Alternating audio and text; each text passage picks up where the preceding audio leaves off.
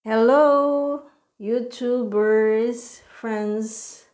Kumusta mong tanan? Ako happy ko diha oy ga yaw kuno ko pero kana siya happy ko kay nakadawat ko kay gamay nga pakal sigikan sa Turkey no. So gayaw ko ga unboxing man ga unboxing ta og unsa gipadala kay wala siya saktong description. So kaning padala is Turkey. Akong higala for 10 years. Wala siya, di siya bastos, mao na siyang nadugay na ako siya higala jud. So ako na siyang gi-open akong package nga gamay. Ang sulod ana is mao na sling bag. So happy kay ko bisag unsa ka gamay siguro sa presyo no. O huna-hunaon nimo siguro makapalit ka ana mas labaw pa pero ang gihuna-una nimo is kuan good kanang thoughts, the thoughts that counts kay wala ko kabalo og pila na dito pero I think dira kay siya mahal.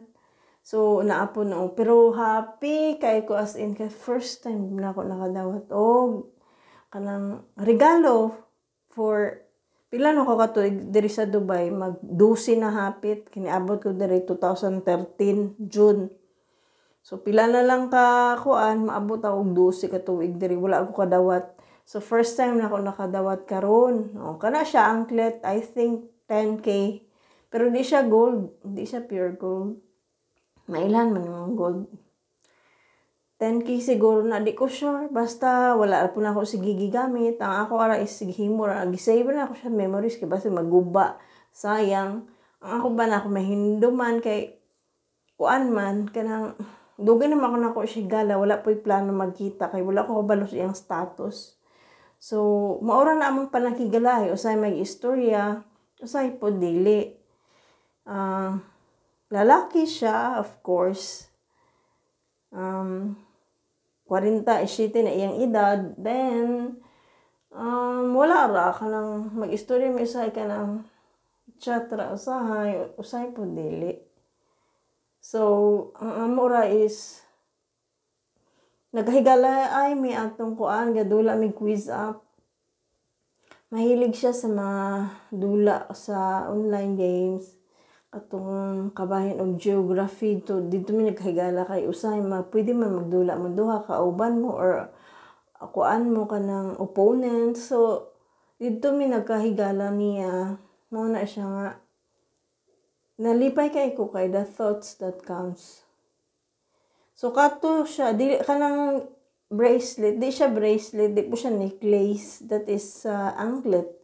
Pero first pagdawat na ako wala ako kabalo na anklet siya. Ang kung gituuhan is bracelet siya. So akong gitangtang tong kabit-kabit. Then nangutana siya, imong gisuot ang anklet. Ikatawa kog maayo kay kung nga anklet ay itong tanga-tanga jud ko kay di man ko sweet kay wala ko'y anklet. Na ako'y bracelet pero wala ko'y anklet so di ko sinati no. So kana happy kay ko as in gi-open ako siya na cute siya. So gabayad ko ana og delivery fee na 30 dirhams. Pero para na ako worth it kay nga no, the thoughts that counts. So maon gyud na ako nga gihaguan niya padala. Wala ko kabalo unsa nga way. Pero kana siya I think ilahara na kay na sila negosyo na nila.